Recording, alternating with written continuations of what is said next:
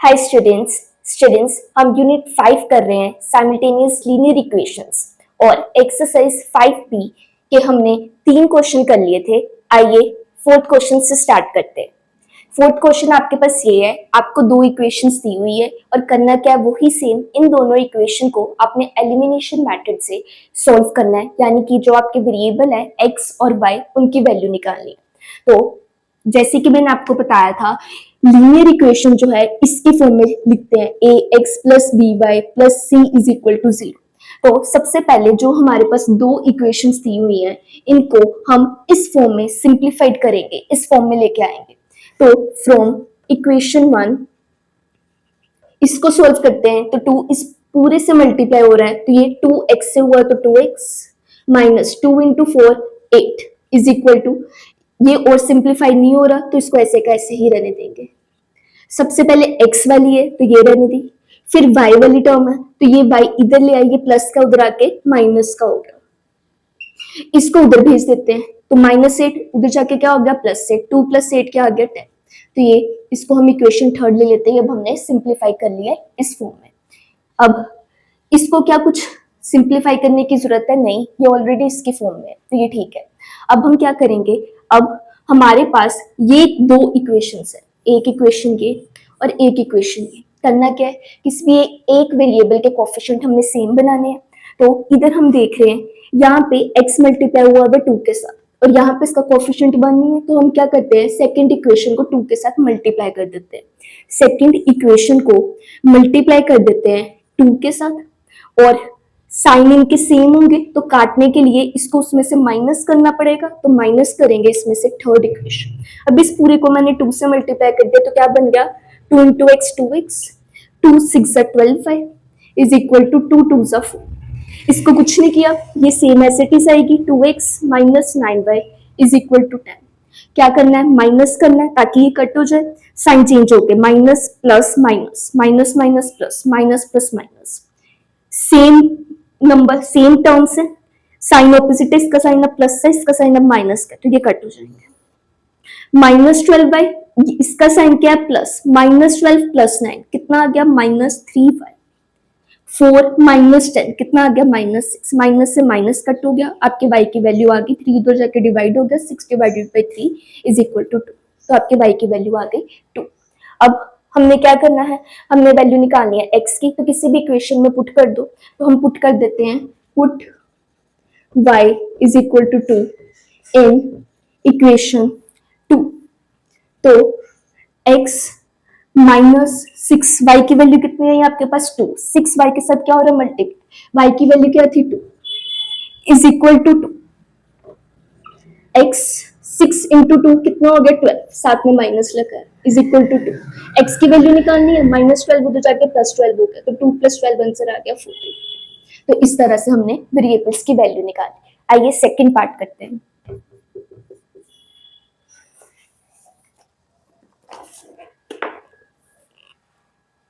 Second part है आपके पास 3x minus 7 upon 2 minus 2y minus 8 upon 3 is equal to 1, और दूसरी इक्वेशन है 5 minus 6 upon 3 minus 3 minus 2y upon 7 is equal to 1 is equal to -1।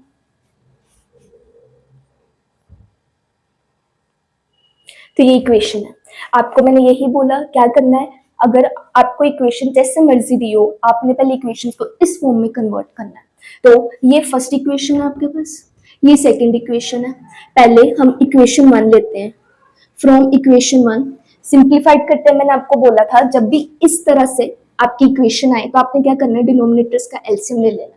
2 और 3 का LCM क्या आया आपके पास 6, 2 के टेबल में 6 3 आता है, 3 को न्यूमरेटर से मल्टीप्लाई किया तो 3 3 से 9x माइनस 3 7 से 21, साथ में माइनस रखा है और ये पूरी चीज आएगी तो इसको भी हम ब्रैकेट में रखते हैं। 3 के टेबल में 6 कहाँ पे आएगा 2 सा, 2 को इससे मल्टीप्लाई किया 2 2 सा 4y माइनस 2 8 से 16 इज इक्वल टू क्या था हमारे पास -1। अब सॉल्व कर लेते हैं, 9x x के बाद y वाली टर्म लिखते हैं, पहले इसे लिख लेते हैं, तो ये माइनस प्लस क्या हो गया -4y अब यहाँ पे क्या है हमारे पास -21, और ये माइनस इससे मल्टीप्लाई होगा तो क्या आ जाएगा हमारे पास +60। तो कितना आंसर आ गया हमारे पास -5। तो कितना आया -5 इज इक्वल टू 6, इधर डिवाइड में उधर जाके मल्टीप्लाई हो गया तो कितना आ गया -6। तो ये आपकी एक इक्वेशन बन गई। अभी इस -5 को उधर भी लेके जा सकते हैं, ये -5 उधर जाके +5 होगा, +5 होगा तो -6 + 5 क्या आ जाएगा -1। तो ये आपकी फर्स्ट इक्वेशन सिंप्लीफाइड फॉर्म में आई है। इसी तरह से दूसरी इक्वेशन को भी करेंगे। यहाँ पे कर लेते हैं 3 और 7 का एलसीएम लेते हैं फ्रॉम इक्वेशन सेकंड। 3 और 7 का एलसीएम आया आपका 21। 3 के टेबल में 21 का आपका था 7 सा, 7 को न्यूमरेटर से किया 7 5 सा 35 माइनस 7 को इससे किया तो कितना है हमारे पास 7x minus S it is. आगे यहाँ पे ब्रैकेट लगाते हैं पहले, तो 7 के टेबल में 21 3 सा, 3 से इसको पूरे को मल्टीप्लाई करो, 3 3 सा 9 माइनस 3 2 सा 6 इज इक्वल टू यहाँ पे क्या है 1।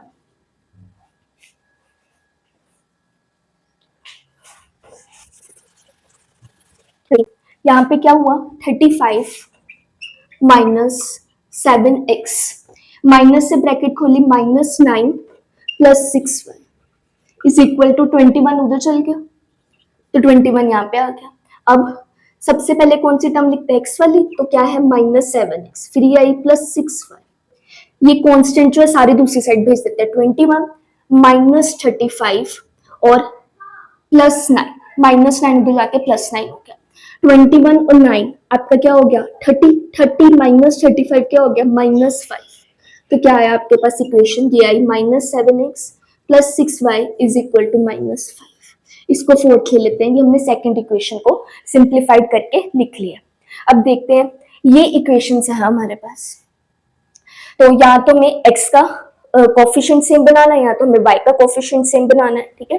तो वो ही क्या कर सकते हैं हम, ये 9 है, ऐसे तो मल्टीप्लाई करके सेम नहीं बन रहा कि इसको मैं किसी नंबर से मल्टीप्लाई कर दूं कि 9 बन जाए, कि इसको चेंज ही ना करना पड़े, या मैं इसको किसी से मल्टीप्लाई कर दूं कि ये बन जाए, y से भी नहीं बनेगा।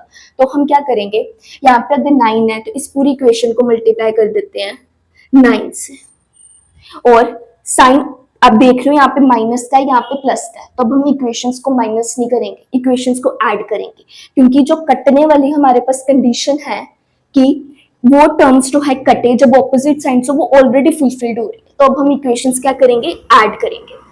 क्या किया, इसको 9 से कर दिया, इसको किससे कर देंगे 7 से।